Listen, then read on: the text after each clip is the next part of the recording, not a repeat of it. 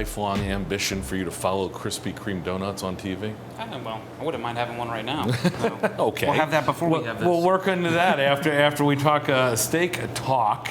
Anthony Pellegrini with Guilford Mooring back with us yet again. We say good morning to you. Good morning. Thank nice you very to see much. you, friend. Well. I've always said this, one of my favorite restaurants. Thank you. We spent some time in your joint doing Foodie Friday at the Shore. Yes, we did. This summer. Here it is, though. That was a summer thing. That was a summer thing. And yes. here it is now, knee deep into fall, and the weather's kind of going downhill. But for the diehards who want to cook, Yes. or grill, I should say, outside, they're going to do it. They're going to do it, yeah. But for the people who don't want to, You don't have to, especially when the forecast is calling for a lot of rain, as we do have this week. Correct. So we're going to talk about some tips that you probably should know in terms of cooking and getting the same results inside. Yes. And the first question I had before we came on during the break was, does it matter what steak you use? no, it doesn't. Really? No, it really doesn't. Okay. No. I mean, this is a New York strip that we have at the restaurant. One little tip when you do steaks, if it has a bone, it will cook faster. The Sure. bone will heat up faster and cook the steak or the pork chop or whatever happens to be that you're cooking that at that time. Do you do anything to prep it? Do you want it resting? You can usually take it out half hour before you want to cook it so it gets to be room temp. Okay. It will cook faster, will sear nicer. Right. It'll be an ice cold. Okay. So it works on the grill too. Because that's the other thing. I'm looking at this steak here. Take a look at this.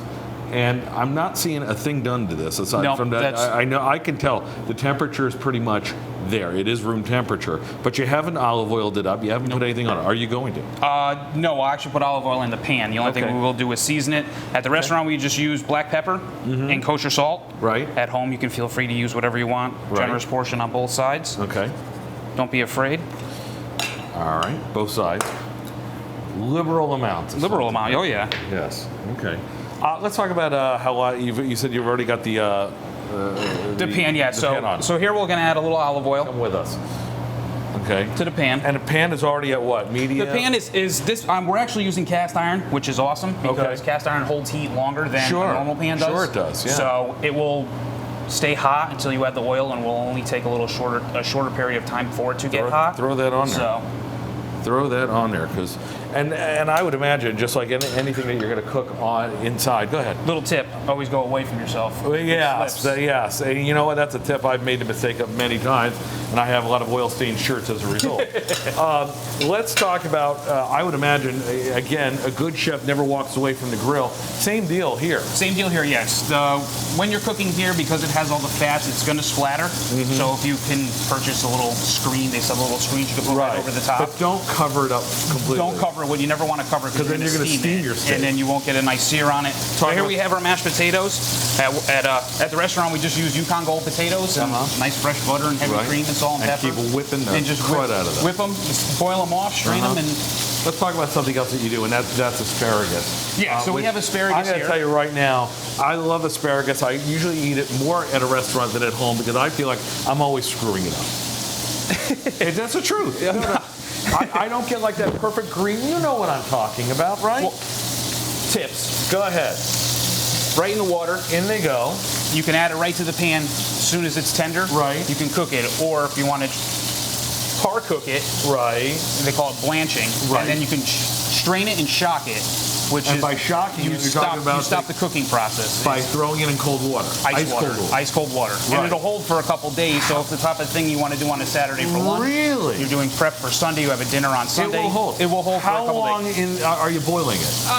It takes about 2 minutes. 2 minutes? Yeah, the asparagus is thinner. Broccoli, cauliflower, other vegetables will take longer. Sure. Based on how the size of them. Back to the steak we go. That's been on there for about a minute or two. And look at, thanks to the salt and pepper, look at the crust on there. So that's what you want. Kind of move it around in the pan a little bit more, and let it go another minute and a half on that side. Okay, because I would say that's a good inch in width. It's about that, inch and a half. So you're talking how many minutes on each side? 3 to 4 minutes on each side. All so for a nice rare. Okay. If you want to cook more and you're afraid, you can always put it in your oven for a little bit longer to cook it more if you want it. So. But also, when you do take it out, let it rest. You have to let it rest, yeah.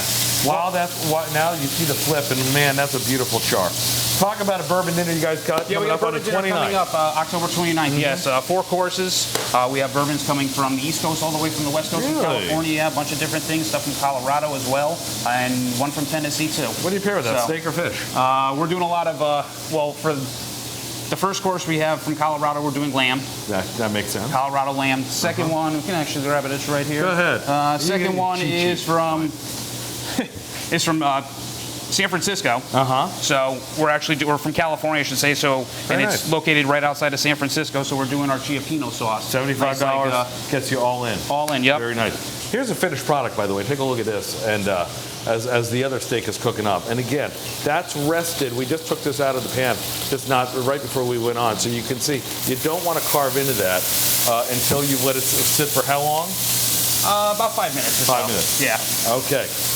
Anthony Pellegrino, Guilford Morning, we thank you for coming in. Pleasure, thank you. Get me a knife. I'm going to dive into that because I'm hungry.